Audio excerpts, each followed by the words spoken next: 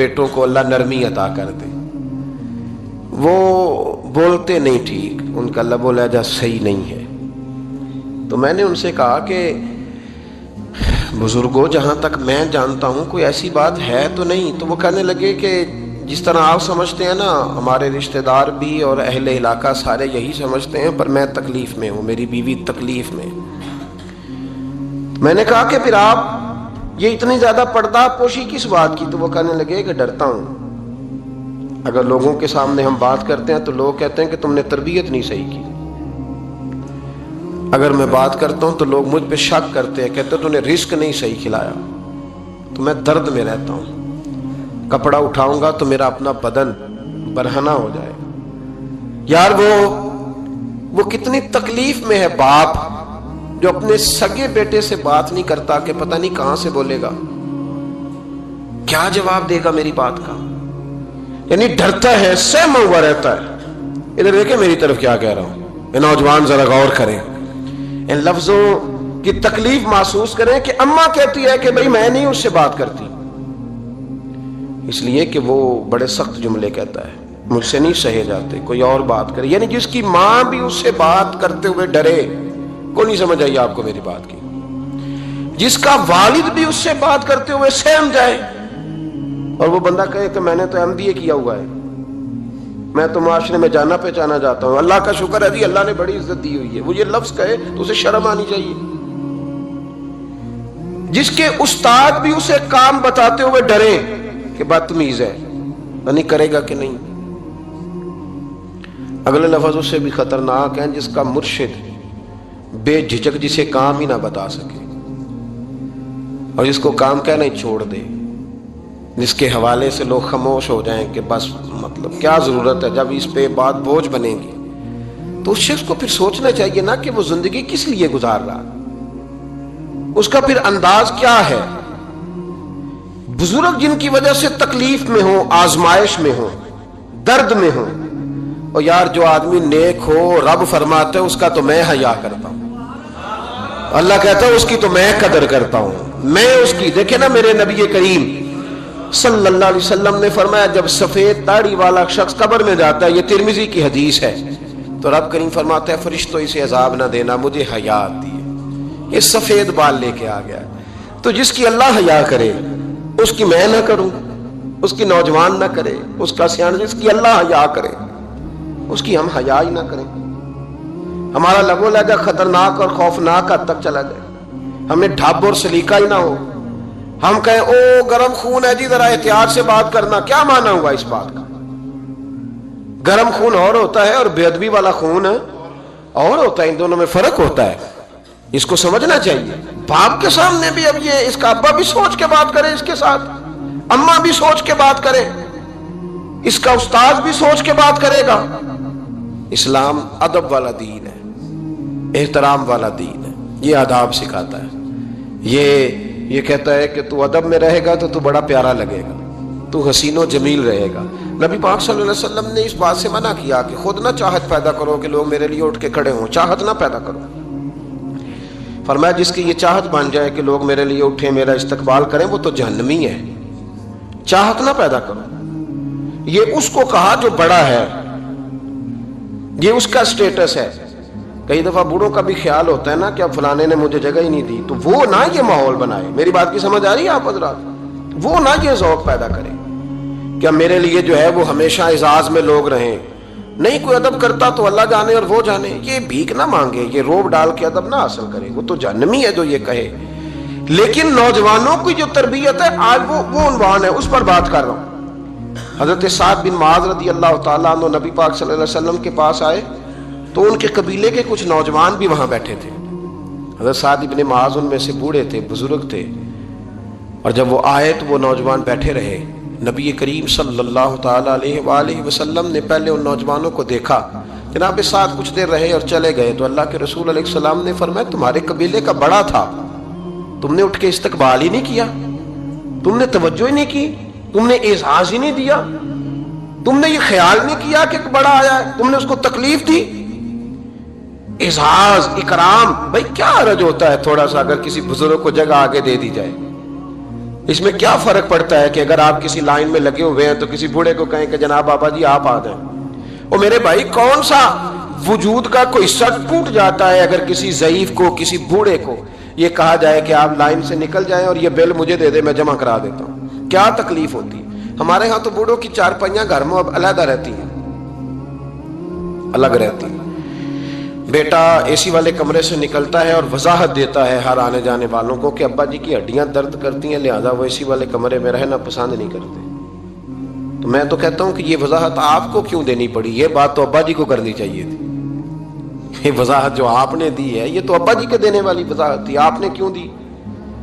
ابا جی کے لیے اس طرح کا کمرہ ہے گھر میں جس طرح کا سٹور ہوتا ہے نا پرانے کپڑے رکھنے والا, وہ کمرہ ہے. حدیث سنانے لگا ہوں, اللہ کرے آپ کو یاد رہ جائے, اللہ کرے آپ کو یاد رہے. مشکات کی حدیث ہے, بڑے خوبصورت لفظ ہیں. میرے نبی کریم علیہ الصلوۃ والسلام نے فرمایا رب جو تمہیں روزی دیتا ہے نا یہ تمہارے ضعیفوں کی برکت سے دیتا ہے. وہ جو 90 سال کی اماں گھر میں ضعیف پڑی ہے نا, اسے سکریپ کا مال نہ سمجھنا. تیرے اوپر جو خدا کا کرم بس برس رہا ہے تو اس بوڑھی کی وجہ سے برس رہا ہے, اس بوڑھی کی وجہ سے برس رہا ہے. اور نبی کریم علیہ الصلوۃ والسلام نے ارشاد فرمایا سن اور یاد رکھ, فرمایا رب تم سے ناراض ہوتا ہے, وہ بارشیں روکنا چاہتا ہے, تمہیں قحط میں مبتلا کرنا چاہتا ہے, لیکن تمہارے ضعیفوں کے سبب تمہیں بارشیں عطا کر دیتا ہے, تمہارے کمزوروں کے. اس کمزور سے کوئی بیمار بھی مراد لیا جا سکتا ہے, عورت اور بچی بھی مراد لی جا سکتی ہے, بوڑھے لوگ بھی مراد لیے ہیں شارحین حدیث نے. ان کے سبب سے اللہ تم پر بارشیں برساتا ہے. تو جو تیرے لیے ذریعہ بخشش ہیں, جو تیرے گھر میں رزق آنے کا سبب ہے, ان کی باتیں تو لگتی ہیں بری, ان کو تو حکا دے کونے میں بٹھا دیا ہے. اور اگر کبھی دل کرے تو تعارف کراتے ہیں آنے والے مہمانوں سے کہ یہ ابا جی ہیں, اس سے زیادہ کوئی ان کا گھر میں کردار نظر نہیں آتا. یہ ظلم ہے, یہ زیادتی ہے. بوڑھوں کا اکرام کرنا, ان کو پیار دینا, ان کو اعزاز دینا, ان کو ہمیشہ سربراہ بنا کے رکھنا, ان کے ساتھ اس طرح کا رویہ رکھنا کہ جیسے کسی بڑے شان والے آدمی. میں اکثر یہ روتا ہوں, میں کہتا ہوں کہ ابے کی بھی عزت ہو سکتی ہے پر شرط یہ ہے کہ ابا امیر ہونا چاہیے. اگر تو ہو نا 6-7 مربع زمین کا مالک تو پھر تو پوتے کیا پڑ پوتے بھی پیر دباتے ہیں. لیکن اگر اس بوڑھے بیچارے کو بچوں سے خرچہ لینا پڑے تو پھر اس بیچارے کی کوئی حیثیت. ہمارے استاد ایک بات سنایا کرتے تھے, وہ کہتے تھے کہ ایک آدمی نے دعوت پکائی ولیمے کی تو اس نے باہر پہرے دار کھڑے کیے, کہا کوئی غریب آدمی نہ اندر آئے, سارے امیر ہی آئے. اور میرا تجربہ یہ ہے کہ اب غریبوں کو شوق ہو گیا امیروں کو دعوت دینے کا. ناراض تو نہیں ہو گئے آپ لوگ, یہ میں تجربے کی بات کر رہا ہوں. کبھی کسی غریب کے فنکشن میں جانے کا اتفاق ہوتا ہے نا تو مجھے یوں لگتا ہے کہ اس کا دل تھا کہ غریب کوئی بھی نہ آئے. غریب کو دعوت دینا پسند ہے, تو امیر تو پہلے نہیں اسے بلاتا, تو پھر بلائے گا کون. اس نے سیٹھ صاحب نے ولیمہ اپنے بیٹے کا کیا تو باہر جو پہرے دار تھے ان سے کہا کہ کوئی غریب آدمی اندر نہ آئے, امیر بندے صرف. اور نبی پاک صلی اللہ علیہ وسلم نے ایسے ولیمے پر لعنت برسائی ہے, فرمایا لعنتیا وہ دعوت جس میں صرف امیر آئیں اور غریب نہ آئیں. اس نے کہا بھی صرف نہ امیر لوگ آئیں. تو ایک بندہ تھا بڑا امیر لیکن بیچارہ نہ کہیں کام کاج سے اٹھ کے ہی آ گیا, تو کپڑوں کو اسی طرح مٹی وٹی لگی ہوئی, تو دیر ہو رہی تھی, گھر جاتا چینج کرنے تو لیٹ ہو جاتا, تو ایسے ہی آ گیا. جب وہ آیا تو پہرے دار کھڑا تو اس نے کہا دوڑ جا, تیرا کوئی مطلب نہیں ہے یہاں. اس نے کہا یار میں سیٹھ آدمی ہوں, بدلا کپڑے نہیں بدلے. اس نے کہا سیٹھ ہوتا تو تیرے کپڑوں سے پتہ نہ چلتا. میرے بھائی وہ شخص کہتا ہے کہ میں نے کہا مجھے جانے دو اندر. کہنے لگے تیرے کپڑے نہیں دعوت والے. کہتا ہے میں وہاں سے واپس گیا دوڑا. آپ کو پتا نا کپڑے بھی اب اللہ خیر کرے. ایک سنگی نو میں ایک دن کیا تو کالی اینک لائی سی, خیر ہے کہندا موٹر سائیکل تے کٹا پیندا ہے. کوئی دنوں تو بعد کار وچ بھی لا کے بیٹھا سی. میں کہ ہن اینو میں کی پوچھاں, ہن تے بہتر ہے اینو چٹی سوٹی بھی نال دیاں. بھئی کیا اس سے انسان کا قد بڑھتا ہے, وہ ہے بات کرنے والی. جہاز میں اس دفعہ میں واپس آ رہا تھا تو جہاز میں ایک نوجوان کالی اینک لگا کے پھر رہا. تو اب ڈر لگتا ہے نا, آپ کو پتا ہے کہ جسے بات کریں گے وہ کیا جواب دے گا. تو کیا ان چیزوں سے قد بڑا ہوتا ہے آدمی کا کہ وہ تھوڑا سا جناب مطلب باہر آئے. مجھے تو کمزور لگتے ہیں ایسے لوگ. اپنے لب و لہجے میں, اپنے انداز میں, اپنی طبیعت کے حساب سے, اپنے سٹائل میں آپ زندہ رہیں. یہ سچ ہے اور یہ اصل ہے, یہ سچ ہے اور یہ اپنی زندگی اپنے اسٹیٹس کے مطابق، طبیعت کے مطابق گزارنا، یہی سچ ہے اور یہی اصل ہے، اسی میں انسان کا حسن ہے، اسی میں اس کا وقار ہے۔ اللہ تعالیٰ سمجھنے کی توفیق عطا فرمائے۔ تو وہ بندہ واپس گیا بیچارہ، کپڑے بدل کے آیا، اس نے بھی کہا کہ جانا میں نے بھی ضرور ہے، پر تنگ بڑا آیا، گھر گیا، مایا شایا والے کپڑے پہنے، سمجھ لے کالی اینک بھی لگا ہی لی، آیا تیار شیار ہو کے، کوٹ شوٹ پہن کے، ٹائی شائی کے ساتھ۔ جب واپس آیا تو وہ جو جس نے کہا تھا نا داخل نہیں ہونے دینا، اس نے خود دروازہ کھولا۔ وہ بندہ سیدھا سٹیج پہ چلا گیا اور لوگ کھا رہے تھے پلیٹوں میں سالن، اس نے پورا ڈونگا ہی لے لیا اور وہ لے کے نا سامنے رکھا اور ایک کونے سے اپنا کرتا پکڑ کے اس میں ڈبویا، پھر دوسرے سے پکڑ کے اس میں ڈبویا، پھر پیچھے سے پکڑ کے۔ لوگ کہنے لگے پاگل ہو گیا، کہنے لگا نہیں میری تو دعوت نہیں، دعوت تو کپڑوں کی ہے، میری کہاں دعوت ہے، اس لیے کہ میں تو آیا تھا، مجھے تو داخل ہی نہیں ہونے دیا، یہ تو دعوت ہے میرے۔ کوئی نہیں سمجھ آئی آپ کو میری بات؟ بھئی وہ بھی کوئی انسان ہے جو کسی کے صرف کپڑوں کا حیا کرے، ٹھیک ہے، انسان کا لباس اس کی شخصیت کا آئینہ دار ہوتا ہے، کپڑے اچھے پہننے چاہیے۔ نبی پاک صلی اللہ علیہ وسلم نے فرمایا تیرے پاس اگر نعمت ہے تو چھپا نہ، اس کا اثر تیرے اوپر نظر۔ لیکن آپ کسی کو کپڑوں سے جج کریں گے، گاڑی سے جج کریں گے، یہ معیار نہیں ہے۔ والد کو، استاد کو، مرشد کو کیا اس لیے جج کیا جائے گا کہ اب وہ مالدار ہوگا تو حیا کریں گے؟ اور بھائی ماں اگر کسی کھیت میں بیٹھ کے اپلے بھی تھاپ رہی ہو نا، اور وقت کا شیخ الحدیث کسی بہت بڑی مسجد میں بیٹھ کے حدیث بھی پڑھا رہا ہو، اماں وہاں اپلے تھاپ رہی ہے، تو اس محدث وقت بھی جنت اسی ماں کے قدموں کے نیچے، وہیں سے اسے جنت ملے گی۔ یہ نہیں ہو سکتا کہ وہ کہے جنت کہیں اور سے مل جائے گی، بے شک وہ بیچاری اپلے تھاپ رہی ہے، گوبر کے ساتھ کام کر رہی ہے۔ میری بات کی سمجھ آ رہی ہے؟ بزرگوں کا اکرام کریں، احترام کریں، ان کو ادب دینا سیکھیں، ان کے ساتھ لحاظ والا رویہ اختیار کریں۔ نبی کریم علیہ السلام کے صحابی حضرت ابو ہریرہ رضی اللہ تعالیٰ عنہ فرماتے ہیں کہ حضور سید عالم علیہ السلام کے پاس میں بیٹھا تھا تو چند نوجوان حضور کے پاس بیٹھے تھے، جہاں ہم بیٹھے تھے وہاں جگہ کچھ تنگ تھی۔ ایک بزرگ آ گئے سفید داڑھی والے، انہوں نے سلام لی، نبی پاک علیہ السلام نے سلام کا جواب دیا تو حضور نے نوجوانوں پہ 2-3 دفعہ نظر ڈالی، وہ بیٹھے رہے، ان کو جگہ نہیں دی، تھوڑے سمٹے نہیں، تو کہتے ہیں رسول پاک علیہ السلام نے بات کی تو میں کانپنے لگا۔ اللہ کے حبیب نے فرمایا من لم یرحم صغیرنا ولم یعکر کبیرنا فلیس منا، فرمایا جس کو چھوٹے پہ شفقت نہیں کرنی آتی اور جس کو بڑے کی عزت نہیں کرنی آتی، اس کا تو ہم سے تعلق ہی کوئی نہیں، فلیس منا، وہ ہم میں سے۔ فرمایا وہ آئے تم نے جگہ ہی نہیں دی، سفید داڑھی والے شخص کا اکرام نہیں کیا، اس کو تم نے جگہ ہی نہیں دی۔ اور ہم لوگ یہ سمجھتے ہیں، یہ نوجوان یہ سمجھتے ہیں کہ ہم نے کون سا بوڑھے ہونا ہے، ہم نے کون سا بوڑھے ہونا، ہم نے تو سدا جوان ہی رہنا۔ ایک کلرک نے نا ایک دفعہ کسی بہت بڑے رائٹر کو کہہ کہ اپنے نام سمیت، اس نے کہا تھا میرا نام، ایڈریس، فون نمبر سمیت یہ بات اپنے کالم میں درج کر دو۔ اس نے کہا کہ میں کلرک تھا، تنخواہیں وغیرہ دیتا تھا، کسی بینک میں یا کسی ایسے ادارے میں ملازم تھا جہاں میں وہ چیزیں دیا کر، تو کہتے ہیں کہ میں وہاں یہ کام کرتا تھا تو بوڑھے لوگ، آپ کو پتہ ہے ضعیف لوگ آتے ہیں بیچارے پینشن لینے، کسی بچے کی منت کرتے ہیں، وہ لے کے جاتا ہے، بابا جی کو یہ بھی نہیں پتا انگوٹھا کہاں لگانا ہے، فارم کیسے فل کرنا ہے۔ تو یہ سرکاری عہدوں پہ بیٹھے لوگ معاذ اللہ تنگ ہوتے ہیں اور کئی دفعہ غلط جملے استعمال کرتے ہیں۔ تو کہا کرتا تھا کہ میں بڑا سخت رویہ رکھتا تھا، اب میری بھی پینشن ہو گئی ہے، اور اب جب میں خود لینے جاتا ہوں نا تو کہتے جتنے دھکے میں یہ تھے اس سے 11 گنا کھا چکا ہوں، پر معافی کوئی نہیں مل رہی۔ تو لوگوں کو یہ میرا نام لے کے ایڈریس سمیت بتا دیں کہ اگر اپنا بڑھاپا سیف کرنا چاہتے ہیں تو اپنی جوانی محتاط کریں، اگر اپنا بڑھاپا سیف کرنا چاہتے ہیں تو اپنی جوانی، اور بڑھاپے میں باتیں برداشت جوانی میں برداشت ہوتی ہیں، بڑھاپے میں تو لفظ سہے بھی نہیں جاتے، آنسو خود بخود نکل جاتے ہیں جب بچہ بات کرتا ہے۔ سنو یہ نوجوان یہ حدیث یاد کر لیں، یہ طبرانی میں موجود ہے، میرے نبی کریم علیہ السلام نے فرمایا یہ حدیث یاد کر لینی ہے، پڑھیے درود صلی اللہ ہو، پھر کہیے صلی اللہ ہو، چلے تیسری دفعہ بھی پڑھ لیں صلی اللہ ہو۔ رسول پاک علیہ السلام نے فرمایا جو شخص اپنی جوانی میں کسی بوڑھے کی عزت کرے گا، جب وہ بوڑھا ہوگا تو اللہ اسے کئی گنا بڑھ کے اس کی عزت کرائے گا۔ اس کی کی گئی عزت سے کئی گنا بڑھ کے رب پھر اس کی عزت کرائے گا۔ نوجوان اکرام کرنا سیکھیں، بزرگوں کا احترام کریں، اپنے بڑوں کے ساتھ، اور بڑوں میں جتنے بھی صاحب فضیلت بڑے ہیں، آپ کا جو استاد ہے وہ آپ کے لیے بڑا قابل احترام ہے، بڑا قابل احترام ہے۔ میں ماسٹر کی ڈگری لینے کے بعد اب بھی کبھی گاؤں میں اپنی پرائمری کے ٹیچروں کو دیکھتا ہوں، اب بھی تو احساس پیدا ہوتا ہے کہ یہ اگر ہمیں وہ الف با تا سا نہ پڑھاتے، شروع کی کتابیں یہ المدہ عام نہ پڑھاتے، تو پھر اس سے آگے بھی ہمیں پڑھنا نہ آتا۔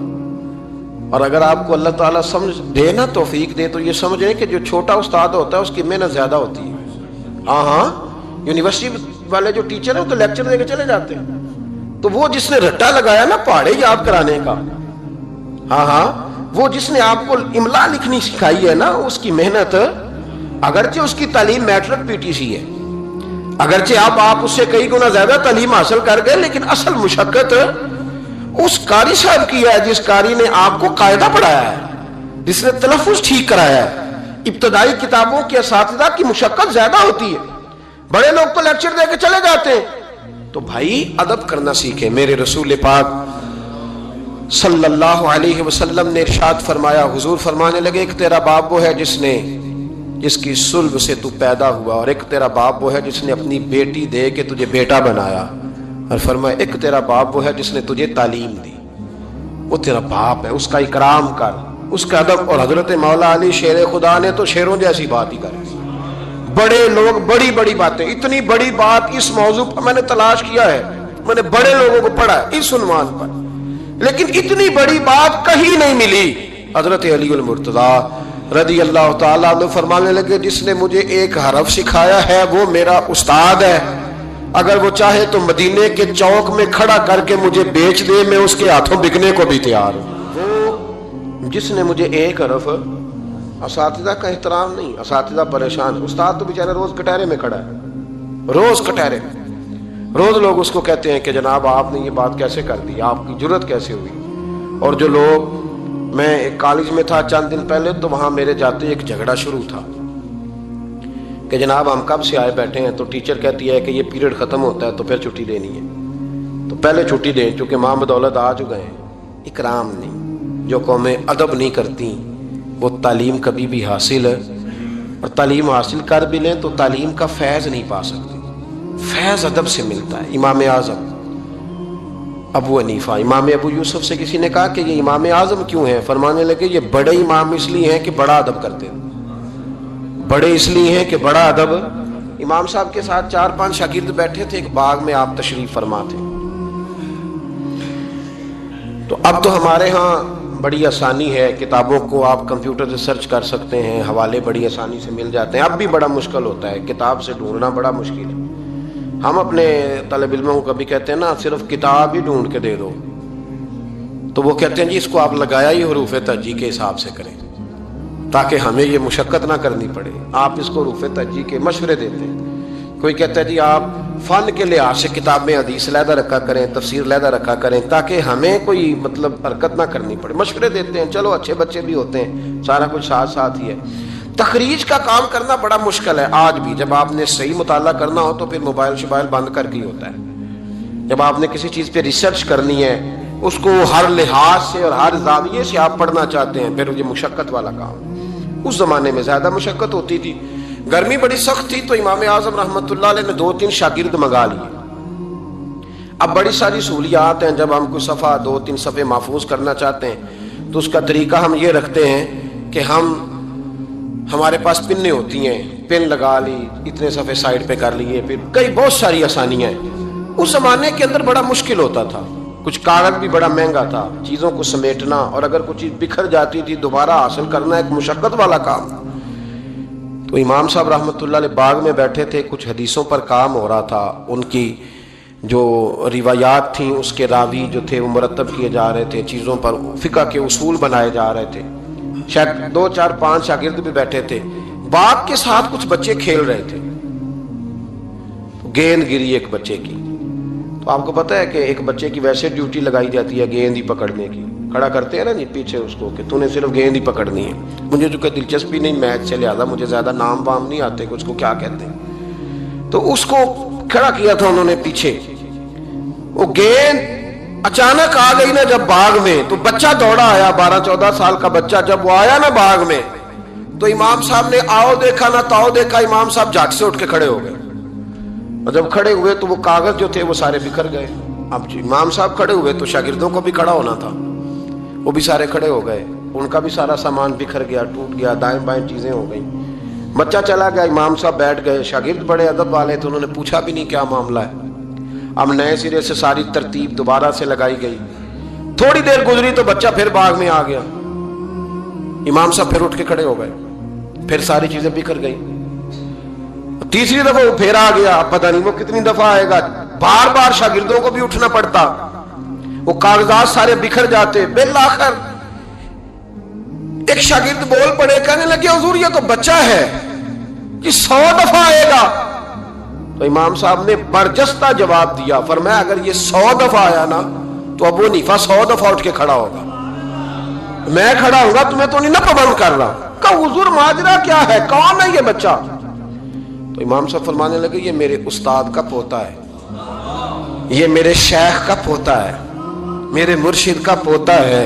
اصلہ نال جے نیکی کریے تے نسلاں تاک نہیں بھول دے، ہاں بے اصلہ نال نیکی کریے تے پھل کنڈیاں نال تول دے.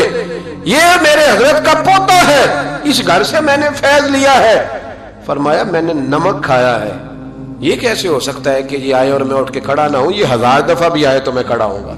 تو امام ابو یوسف فرماتے تھے اس دن مجھے سمجھ آئی کہ یہ جو امام صرف امام نہیں، امام اعظم ہے نا، یہ بڑے اس لیے ہے کہ انہوں نے ادب بڑے بڑے کیے، انہوں نے اکرام بڑے بڑے کیے. ہمارے ہاں تو اب اتنی پریشانی والا معاملہ، اتنی پریشانی والا سوچ نہیں سکتے. بالخصوص وہ لوگ جن کا بڑا ملت میں اکرام ہونا چاہیے تھا، بڑا اکرام. مجھے صحیح بتائیں کہ ایک مستند قرآن و سنت جاننے والا عالم کسی ولیمے میں جائے اور ساتھ ہی ایم این اے جائے تو قدر کس کی زیادہ ہو رہی ہوتی ہے؟ ہونی کس کی چاہیے؟ یہ تکلیف والا معاملہ ہے، تکلیف والا. یہاں ایک استاد کو ہتھکڑیاں لگی تو موم بتی مافیا سارا بول پڑا اور 2 مہینے علماء کو جیلوں میں رکھا گیا اور جرم نہیں بتایا گیا. اور قوم کیا کہہ رہی ہے؟ مذاق اڑا رہی. کچھ لوگ مذاق کرتے تھے، بھاگ رہے ہیں جی پولیس آ گئی. کس مطلب جرم کیا تھا؟ چور تھے، یہ ڈاکو تھے. اور بہت سارے تو ایسے تھے جن جو کسی کاز میں، کسی کام میں، کسی ایسی ایکٹیویٹی میں بیچارے شامل ہی نہیں تھے. مدرسین، پڑھنے پڑھانے والے، اور ان کو پکڑ کر اندر ڈال دیا گیا. اور وہ لوگ جو خود بڑے بڑے دنوں تک سارا ملک بند کرتے رہے، انہوں نے یہ جرم کیا. کوئی پوچھنے والا نہیں تھا، کوئی نہیں تھا، کوئی پیچھے جانے والا نہیں. 2 مہینے اور پھر کہا گیا 20 لاکھ اور پتہ نہیں کتنے لاکھ. اور پھر ڈائریکشن کا نہیں پتا جانا کدھر ہے. زمانہ تو یہ بتایا ہی نہیں گیا. تو مجھے بتلاؤ یہ کیا ان لوگوں کا معاشرے میں کیا اکرام رہ گیا، کیا احترام رہ گیا؟ بہت سارے ایسے لوگ ہیں جن کے والد 2 مہینے جیل میں رہے، بچوں نے مدرسوں میں پڑھنا چھوڑ دیا ہے. کہ جو ہمارے ابے کا حشر ہوا ہمارا بھی تو وہی ہونا ہے نا. پڑھنا چھوڑ گئے طالب علم. انہوں نے کہا جی ہم سے نہیں یہ کام ہوتا. تو روز سیمینار کرتے ہو. یہ تھوڑے دن پہلے کراچی میں سیمینار تھا کہ ہرن کی پیدائش کم ہو گئی ہے، تو ایسے اقدامات کیے جائیں کہ ہرن جو ہے وہ زیادہ پیدا ہو. بہت بڑا سیمینار منعقد کیا گیا. آپ کو نہیں پتا کہ علماء کم رہتے جا رہے ہیں؟ پتا ہے آپ کو؟ ڈھونڈنے سے عالم نہیں ملتا، بستیوں کی بستیاں خالی ہیں. کیوں؟ اس لیے کہ جو حشر کرتے ہیں نا ہم، خود ساری زندگی جو مرضی کرتا رہے اور کسی عالم کا ننگا سر بھی دیکھ لے تو وہ 20 جگہ پہ 20 جگہ. ہم جا رہے تھے تھوڑے دن پہلے لاہور، تو آگے گاڑیوں کی بریک لگ گئی. گاڑیوں کی بریک لگی تو بچے نے بریک لگا دی گاڑی کی، تو پیچھے سے ایک ڈرائیور نے آ کے دھڑام سے گاڑی ماری، اڑا دیا سارا کچھ پیچھے سے، سب ختم. اب اس کی سواریاں کہنے لگی کہ ہم تجھے وہاں سے کہتے آ رہے ہیں کہ تو چلاتا ادھر ہے، دیکھتا ادھر ہے.